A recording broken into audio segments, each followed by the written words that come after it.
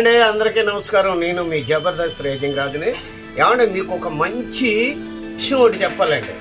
మనకి పైత్యం చేసిన మన కడుపు బాగోపోయినా, అలాగే మనకి ప్రీమోషన్ అవ్వాలన్నా, అలాగే మన కళ్ళు క్లియర్గా కనిపించాలన్నా, ఇలా దేనికైనా సరే మనం పొద్దున మట్లు ఏం చేస్తామండి, ఇంత అల్లం, ఇంత నిమ్మరసం, తేనె కలుపుకొని తాగుతూ ఉంటాం రోజు.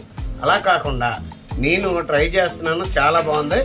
ఇంకోండి ఉసిరికాయ, చూసారండి ఉసిరికాయలు శుభ్రంగా తీసేసి ఈ ఉసిరికాయలు, ఈ కరివేపాకు, అలాగే తులసాకులు, కొత్తిమీర, ఏమండి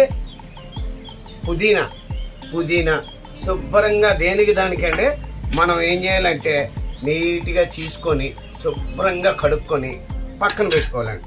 వాటితో పాటు అండి ఇదిగోండి బీట్రూట్ తెలుసు కదండి, రక్తం పడుతుంది, అన్నిటికి బాగా పనిచేస్తుంది.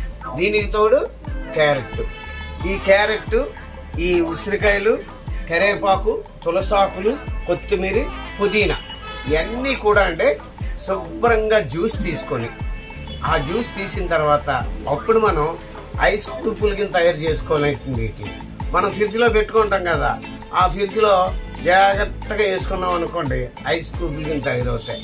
అవి మనం ఏం చేయాలంటే ఇంకా పొద్దున్నే లేచి నిమ్మకాయ కోయడం ఇవన్నీ కాకుండా ఇందులో కూడా పులుపుకేమో ఉసిరికాయ ఉంటుంది, అలాగే కరివేపాకు, కొత్తిమీర, తులసాకులు, పుదీనా, క్యారెట్, బీట్రూట్ ఇలా ఇవన్నీ కలిసిన చూపు ముక్కలు మనం పొద్దున్నే లేచి వేడి నీళ్ళు పెట్టుకొని గోరెచ్చగా పెట్టుకొని దాంట్లో కొంచెం నిమ్మకాయ పిండుకొని అంతే తేనె వేసుకొని ఒకటో రెండో మూడో మన కడుపును బట్టి అందులో వేసుకున్నాం అనుకోండి చాలా బాగా పనిచేద్దండి. మరి ఇవన్నీ తయారైన తర్వాత ఆ ట్యూబ్లు ఎలా తయారు చేయాలో మీకు చూపిస్తాను ఏమండి.